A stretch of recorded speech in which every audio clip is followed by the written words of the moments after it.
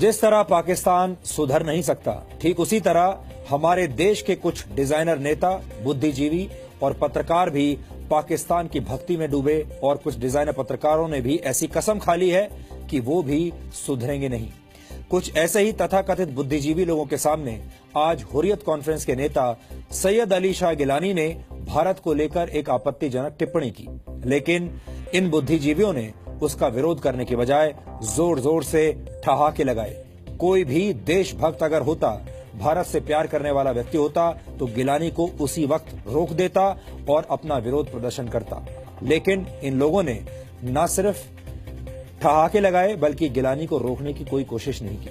अलगाववादियों के साथ बैठकर चाय पर चर्चा करने वाले इस समूह में कांग्रेस पार्टी के नेता मणिशंकर अय्यर भी शामिल थे।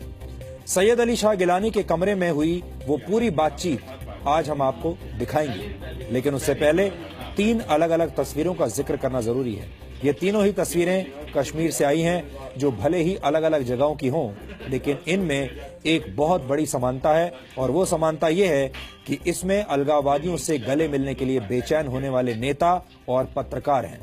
कांग्रेस के नेता मणिशंकर अय्यर सहित सिविल सोसाइटी के एक समूह ने कश्मीर की मौजूदा स्थिति पर चर्चा करने के लिए आज उन अलगाववादी नेताओं से मुलाकात की जिनके दिल और दिमाग में सिर्फ पाकिस्तान बसता है।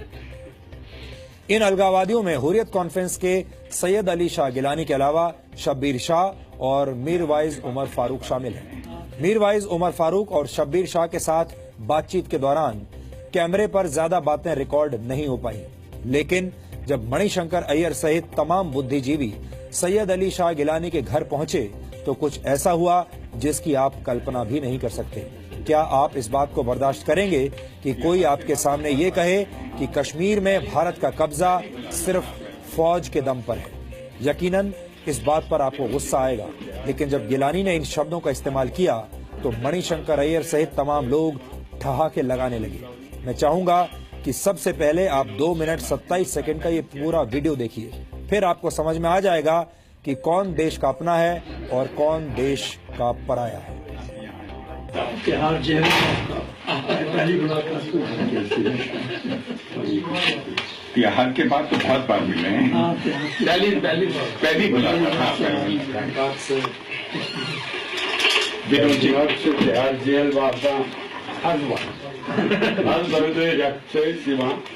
दर्शन करूं बाबू। विनोद शर्मा, हिंदुस्तान टाइम्स के एडिटर।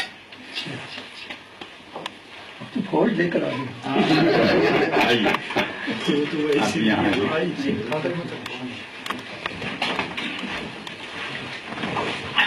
आपके पास तो बहुत फौज है ना? हाँ, आपका तो फौज के सहारे ही आपका कब्जा है।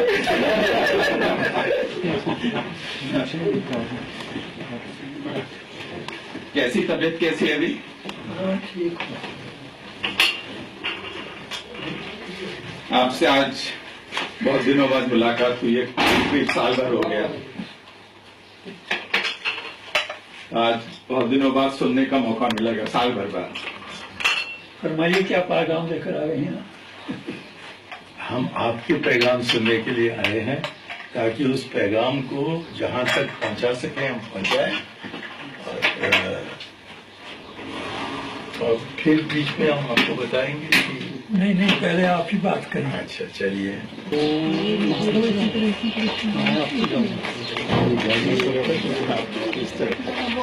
हमारी गाड़ी किस तरफ? गाड़ी किधर है? गाड़ी सर ये रही है, ये आ जाए। एक ही गाड़ी या 2 गाड़ी? एक ही गाड़ी। एक ही गाड़ी। हमने कहा कि आपके पास एक ही गाड़ी में पहुंचे, पांचों एक साथ। सर वो एक गाड़ी इसलिए है कि हम ये हैं तो पीस एंड वो, लेकिन हम सब लोग अपने अपने खर्चे पे आपसे मिले सरकार के खर्चे पे नहीं। आपने तो वादे होने चाहिए। संजय साहब सरकारी और आपके जो एक साहिबजादे हैं वो हमारे बड़े दोस्त हैं, दिल्ली में है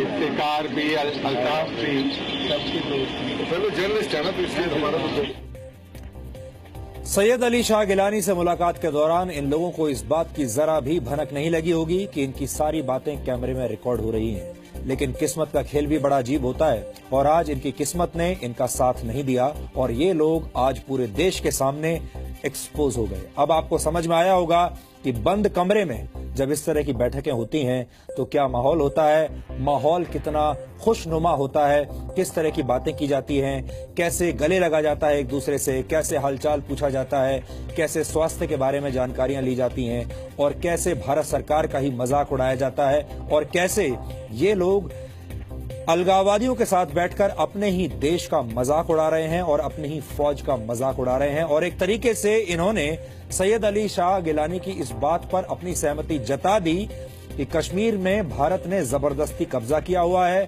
फौज के दम पर। अगर कोई ऐसा व्यक्ति वहां पर मौजूद होता जिसे इस देश से प्यार होता तो उसी वक्त गिलानी को रोक देता और कहता कि गिलानी साहब अपनी जबान पर लगाम लगाइए, आप गलत कह रहे हैं। लेकिन आपने देखा जब गिलानी ने ये सब कहा तो इन लोगों का क्या रिएक्शन था, कैसे ये सब लोग तमाम लोग ठहाके लगाकर हंसने लगे। और इसका मतलब क्या होता है, अगर किसी व्यक्ति की बात पर आप विरोध ना जताएं और उस पर हंसने लगें और ठहाके लगाने लगें तो इसका मतलब ये होता है कि आप उस व्यक्ति से सहमत हैं। और इसीलिए हम कहते हैं ये हमारे देश की वो टीम है जो सेल्फ गोल करती है, ये हमारे देश की वो टीम है जो विरोधी टीम के साथ मिली हुई है।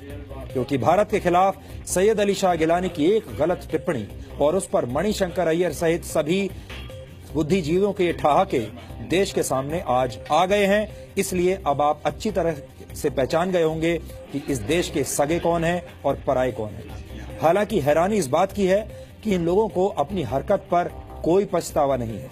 जो गिलानी पाकिस्तान जिंदाबाद के नारे लगाते हैं, जो अलगाववादी भारत के टुकड़े करने की धमकी देते हैं, उनसे प्रेम मिलन करने का ना तो कोई औचित्य है और ना ही किसी प्रकार की बातचीत की कोई गुंजाइश है। लेकिन इस वीडियो में आपने देखा होगा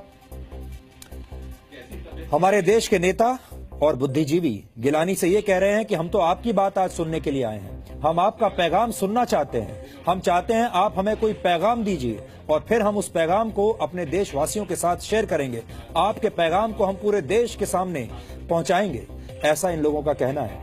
अफसोस ये है कि मणिशंकर अय्यर जैसे नेता बंद कमरे में गिलानी की बातों पर ठहाके भी लगाते हैं और बाहर आकर ये कहने से भी बिल्कुल हिचकते नहीं कि भारत कश्मीर पर तब तक कब्जा नहीं कर सकता जब तक वो कश्मीरियों का दिल नहीं जीत लेता। ये बातें सुनकर आज आपका खून खौल उठेगा। हम कान के साथ यहाँ पहुंचे हैं, जीप के साथ नहीं। हम सुनने आए हैं और सबकी बात सुनने के बाद जो हम अपने आप कहना चाहते हैं अब हमारे पब्लिक को अपने कलम के जरिए वो हम जाकर कहेंगे। और न भूलिएगा कि हम न केवल मीरवाइज साहब और सबीर शाह साहब और गिलानी साहब से मिल रहे हैं। साहब अभी जब आप अंदर बैठे थे तो लाइव चल रहा था, एक नेशनल टीवी दिखा रहा था कि मतलब some Congress leaders of bettering मैं कांग्रेस के तरफ तो आप उस पर क्या आरोप होगा आपका? जब यशवंत जी आए किसी ने नहीं कहा कि बीजेपी के तरफ से आए चैनल हैं। से भी दिखा रहे थे वो दिखाएं, ये तो इनका काम है। खासतौर पर हमारे दोस्त यहाँ जो खड़े हैं इनका काम है। अब इनके गले फट रहे हैं मुझको गद्दार कहकर, फटने दीजिए, मुझको कोई इतराज नहीं है। आप तो उनके अपने हैं, आपसे भी गद्दारी आपकी गद्दारी वो मना सही बात कहते हैं। तो कश्मीरी को क्या कहते हैं आप फिर? मैं कश्मीरियों से कहता हूं कि जैसा शब्बीर ने कहा कि उनके दिल में भारतीयों के तरफ मोहब्बत ही है, प्यार ही है, मेरे दिल में भी और हम सबके दिल में भी कश्मीरियों को हम अपना समझते हैं। हम समझते हैं कि भारत कश्मीर पर कब्जा नहीं कर सकता जब तक कि कश्मीरियों को वो अपने दिल से न जोड़े, और कि इसलिए कश्मीर के हित में और भारतवर्ष के हित में हम यहाँ आए हैं और उम्मीद हम रखते हैं कि छोटा बहुत हमारा कुछ योगदान है। तो आपने देखा मणिशंकर अय्यर अपने आप को भारत का हितैषी बता रहे हैं, कश्मीर का हितैषी बता रहे हैं और साथ ही ये भी कह रहे हैं कि भारत कश्मीर पर तब तक कब्जा नहीं कर सकता। उन्होंने कब्जा शब्द का इस्तेमाल किया। भारत कश्मीर पर तब तक कब्जा नहीं कर सकता जब तक कि वो कश्मीरियों का दिल न जीत ले। अब आप ये भी सुनिए कि जब हमारे ही देश के ऐसे डिजाइनर नेता पाकिस्तान जाते हैं तो वो वहां कैसी भाषा बोलते हैं। इन नेताओं से इनकी पार्टी कभी ये नहीं पूछती कि वो पाकिस्तान में जाकर अपने ही देश के खिलाफ बातें क्यों करते हैं। मणिशंकर की ये बातचीत हम आपको पहले भी सुनवा चुके हैं, लेकिन हम चाहते हैं कि एक बार फिर आप मणिशंकर अय्यर की वो बातचीत सुनिए जो उन्होंने पाकिस्तान में जाकर की थी। लोग ये सवाल पूछ रहे थे, किसी ने सवाल आपसे उठाया कि आखिर मोदी साहब जिस लाइन को लेकर चलते हैं पॉलिटिक्स में वो बिकती है, वो सेल होती है, उसकी एक पॉपुलैरिटी है। तो मोदी साहब अपने कोई कमजोर नहीं हो रहे इस वजह से, मोदी साहब स्ट्रांग हो रहे हैं, अपने बेस को मजबूत करते हैं। तारीख को बिहार के नतीजे आने वाले हैं और आपको दोबारा अपना सवाल करना पड़ेगा। अच्छा जी, स्ट्रांग नहीं होते जा रहे हैं, स्ट्रांग नहीं होते जा रहे हैं कि इसको बंद करना है तो एक ही तरीका है कि भारत और पाकिस्तान के रिश्ते बेहतर हों, और बेहतर करने के लिए ऐसे हमारे यहाँ वजीर आजम की जरूरत है जो फजूल के शर्तें न रखें और आपसे बातचीत करें जैसा कि डॉक्टर मनमोहन सिंह ने किया, और कि आपके यहाँ यही चीज हो कि जब की बातचीत होनी है तो आप आगे बढ़िए, करवाइए, जैसा कि परवेज मुशर्रफ साहब कर रहे थे। हमारे सामने एक मिसाल है कि जबकि प्रेसिडेंट मुशर्रफ जो फौज के आदमी थे और हमारे डॉक्टर मनमोहन सिंह थे, तब 3 साल जारी रही हमारी आपसी बातचीत। मणिशंकर साहब, अब जो जिस जगह पे आके खड़े हो गए हैं, स्टक हो गए हैं, अब इसमें से निकलने का क्या तरीका होगा? हमें ले आइए, इनको हटाइए। अच्छा, तो इनको तो आप ही हटा सकते नहीं है, तो इनको तो आप ही हटा सकते हैं। हाँ, हम हटाएंगे, लेकिन तब तक जरा आपको भी इंतजार करना होगा। हमें ले आइए, इनको हटाइए। अच्छा, तो इनको तो आप ही हटा सकते नहीं है, तो इनको तो आप ही हटा सकते हैं। हाँ, हम हटाएंगे, लेकिन तब तक जरा आपको भी इंतजार करना होगा। हमें ले आइए, इनको हटाइए। अच्छा, तो इनको तो आप ही हटा सकते नहीं है, तो इनको तो आप ही हटा सकते हैं। हाँ, हम हटाएंगे, लेकिन तब तक जरा आपको भी इंतजार करना होगा। आपने अक्सर देखा होगा कि मीडिया पर और मीडिया में जो बड़े पत्रकार हैं उन पर कितने आरोप लगते हैं। अगर आप किसी एक मुख्यमंत्री, एक नेता या एक पार्टी के खिलाफ कोई खबर दे दें, प्रसारित कर दें, तो लोग कहने लगते हैं कि आप अमुक पार्टी के समर्थक हैं, ये चैनल अमुक पार्टी का समर्थन करता है, या इस तरह के आरोप भी लग जाते हैं कि पूरा मीडिया बिका हुआ है, ये चैनल बिका हुआ है, ये पत्रकार बिका हुआ है, ये एंकर बिका हुआ है, क्योंकि ये इस अमुक पार्टी के खिलाफ या इस अमुक नेता या मंत्री के खिलाफ बात कर रहा है। कितने आरोप लगते हैं। लेकिन आपने कभी नोट किया, मीडिया पर तो इतने आरोप लग जाते हैं, लेकिन कोई भी देश के ऐसे डिजाइनर नेताओं से ये नहीं पूछता कि वो अलगाववादियों से कैसे मिले हुए हैं, वो देश विरोधी ताकतों का पक्ष क्यों लेते हैं, किस लालच के तहत वो इन लोगों का पक्ष ले रहे हैं, ऐसी कौन सी मजबूरी है जिसके तहत वो ये पक्ष ले रहे हैं। और कोई भी इन पर आरोप नहीं लगाता कि ये लोग बिके हुए हैं, ये बिक चुके हैं।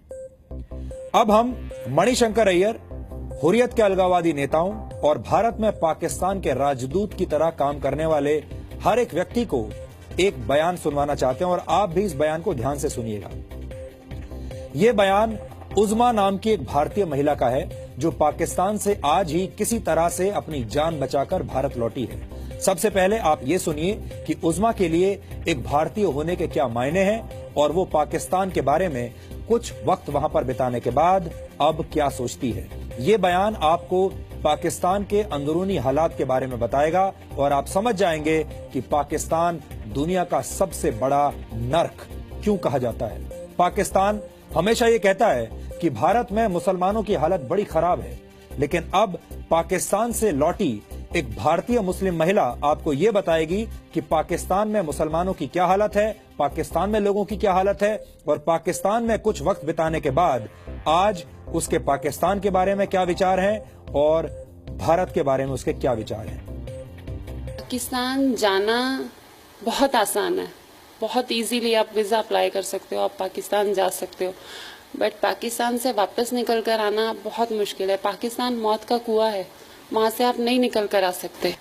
आज मेरे लिए बहुत बहुत बड़ा दिन है, बहुत खुशी का दिन है कि मैं सही सलामत पाकिस्तान जैसी जगह से, और पाकिस्तान में वो जो जगह थी बुनेर, जिसको आप तालिबाना एरिया बोल सकते हो, मैं वहाँ से सही सलामत आ गई। वहाँ जाकर जब मैंने देखा, एक अजीब सा गांव था, एक लैंग्वेज अजीब थी, लोग अजीब थे, कुछ भी सही नहीं था वहाँ पे। जैसे ही मैंने वाघा बॉर्डर क्रॉस किया, मैंने अपने हिंदुस्तान की मिट्टी को अपने दिल से लगाया, क्योंकि मुझे बहुत खुशी हो रही थी। एक खुली सांस थी, जो गहरी सांस थी, जो आज़ादी थी, इसलिए मैंने अपने हिंदुस्तान की ज़मीन को चूमा। सुषमा मैम ने ही मुझे बताया कि इंडियन सिटीज़न होना ये अपने आप में एक प्राउड है। जब मैं वहाँ पर जाती थी तो सुषमा मैम का रोज़ाना मेरे पास कॉल आता था कि बेटा फिक्र नहीं करना, हम हैं यहाँ पर, हम लड़ रहे हैं आपके लिए, कुछ नहीं होने देंगे हम आपको, तुम हिंदुस्तान की बेटी हो, तुम मेरी बेटी हो। ये मैम जब बोलती थी मुझे बड़ी तसल्ली मिलती थी। जेपी सर मुझे आकर बताते थे कि आज सुषमा मैम का कॉल आया, आज तुमसे बात नहीं हो पाई, बट मैम ने ये मैसेज दिया है तुमको। उससे मेरी हिम्मत बनती थी कि मेरे लिए मैम इतना कर रही है, मेरे लिए मेरे भारत की सरकार इतना कुछ कर रही है, गवर्नमेंट इतना कुछ कर रही है। ये अपने आप में बहुत बड़ी बात थी मेरे लिए। उज़्मा अहमद दिल्ली की रहने वाली हैं, एक भारतीय हैं जो कि गलती से पाकिस्तान चली गई थी और कुछ दिन पाकिस्तान में रही, और उसके बाद वो लगातार ये कहती रही कि उन्हें पाकिस्तान में नहीं रहना, वो वापस अपने वतन आना चाहती हैं। अब आपने उस महिला की आवाज सुन ली जो कुछ दिन पाकिस्तान में रहकर आई है, और अब आपने ये भी सुन लिया कि पाकिस्तान के बारे में उसके क्या विचार हैं और भारत के बारे में क्या कहती है। इसी साल अप्रैल के महीने में इंटरनेट के माध्यम से इस महिला की मुलाकात ताहिर नाम के एक पाकिस्तानी व्यक्ति से हुई थी। ताहिर ने उज़्मा को मलेशिया में नौकरी का एक ऑफर दे दिया। ताहिर वहां पर टैक्सी चलाता था। उज़्मा इसके बाद मलेशिया चली गई और ताहिर से मिलने के बाद वापस भारत भी लौट गई, और 1 मई को वो पाकिस्तान घूमने के लिए चली गई। उज़्मा के मुताबिक पाकिस्तान में ताहिर ने उसके साथ जबरदस्ती निकाह कर लिया और फिर उसका शोषण किया। किसी तरीके से वो पाकिस्तान में इंडियन हाई कमीशन तक पहुंची और भारतीय उच्चायोग ने उज़्मा को पाकिस्तान से वापस भारत भेजने में मदद की। उज़्मा का ये बयान आज हमने आपको इसलिए सुनाया ताकि आप ये समझ सकें कि पाकिस्तान कैसा देश है। हमारे देश के अलगाववादी या पाकिस्तान परस्त लोग यहाँ बैठकर पाकिस्तान के हसीन सपने देखते हैं। हो सकता है कि वो ये भी चाहते हो कि काश उन्हें बस एक बार पाकिस्तान जाने का मौका मिल जाए, लेकिन पाकिस्तान में क्या हालात हैं ये आज उन्हें उज़्मा ने बता दिया। दरअसल पाकिस्तान एक फेल्ड स्टेट है, एक असफल देश है। वहाँ कानून व्यवस्था नहीं बल्कि आतंकवादियों की हुकूमत चलती है, और वहाँ मानव अधिकारों की किसी को कोई परवाह नहीं। भारत में बैठकर भारत को ही बुरा भला कहने वाले लोग यहाँ तो ऐसा कर सकते हैं, लेकिन वो पाकिस्तान में रहकर पाकिस्तान के खिलाफ कुछ नहीं बोल पाएंगे। भारत में तो आप अभिव्यक्ति की आजादी के नाम पर कुछ भी बोल सकते हैं, लेकिन पाकिस्तान में बोलने से पहले 1000 बार सोचना पड़ता है। इसलिए ऐसे लोगों को हमारी यही सलाह है कि उन्हें भारत जैसा दूसरा देश नहीं मिलेगा। और आज एक भारतीय मुसलमान लड़की ने इन अलगाववादियों के चेहरे पर जोरदार तमाचा मारा है।